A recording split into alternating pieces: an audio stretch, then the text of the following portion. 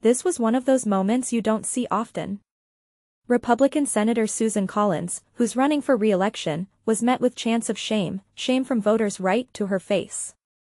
And look, for someone who has spent years excusing Donald Trump's worst behavior, voters in Maine are finally showing they've had enough. Now, Susan Collins has been here before. Remember 2018? All the polling showed her Democratic challenger was up by double digits, yet Collins still survived. She's mastered this balancing act of sounding concerned about Trump's authoritarianism, but ultimately still backing him. And that's why this public pushback is so important. When voters show up, when they make her nervous about being in the spotlight, it changes the dynamic. And Democrats may actually have a strong shot here. One candidate, Graham Platner, is the kind of outsider we rarely see, an oyster farmer, a veteran, not a polished consultant's creation, but someone who can actually connect with working people, including Trump supporters.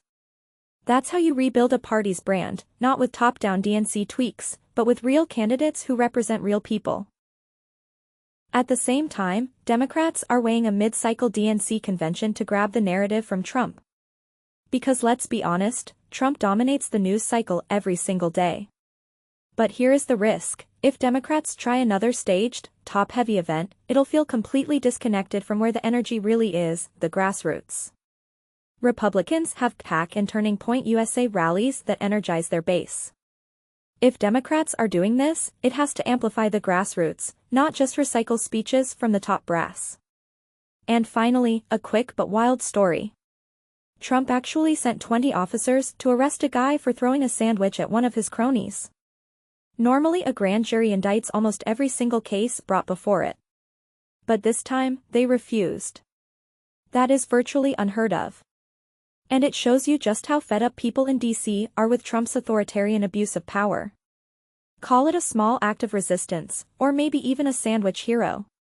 The bottom line, Democrats have real openings, from Maine to the grassroots movement nationwide. But it's going to take authentic candidates, a bold message, and a willingness to seize the narrative from Trump. Because if we don't, he will keep blotting out the sun every single day.